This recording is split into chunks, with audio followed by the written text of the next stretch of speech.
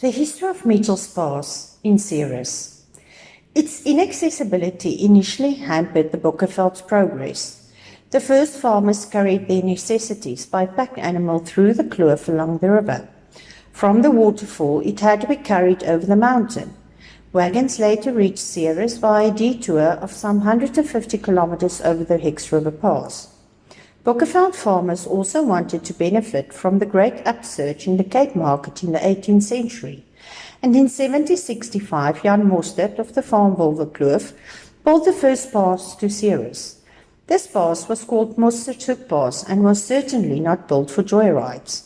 It crisscrossed the river and was so steep under the waterfall that the wagons had to be taken apart and carried over the mountain in pieces.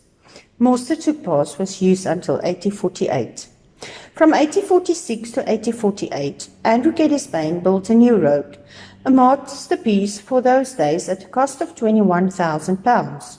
Bain completed Mitchell's Pass in 2 years, using an average of 175 convicts.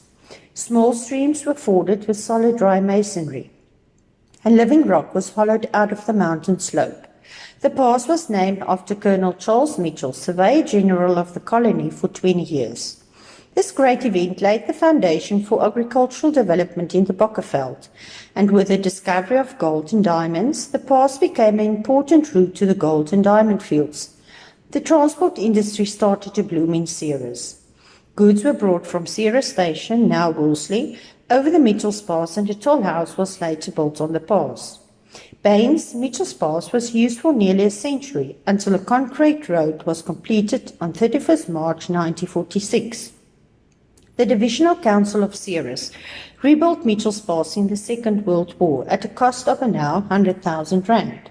The roadway was broadened and in some places the gradient was improved. Due to the shortage of asphalt, a 20-foot concrete road was built. The newly built pass was inaugurated on 31st March 1946. The concrete roadway was slowly breaking down, and despite maintenance work, the conditions was worsened by the earthquake of 1969 and ultimately led to the rebuilding of the pass in 1988. Mitchell's Pass passes through Ceres Nature Reserve, and as its impact on nature had to be limited, the rebuilt pass mainly followed the old route. The roadway was widened from 6 to 9.8 meters. 3 passing lanes were constructed, and the surface of roadway was broadened by concrete paved side rails and guardrails conforming to modern standards.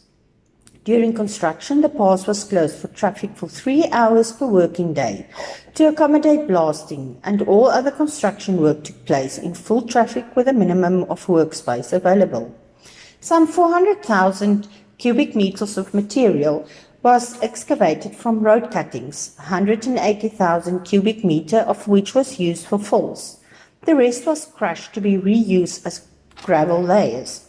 250,000 cubic meters of hard rock had to be blasted, of which 83,000 kilograms explosives was used.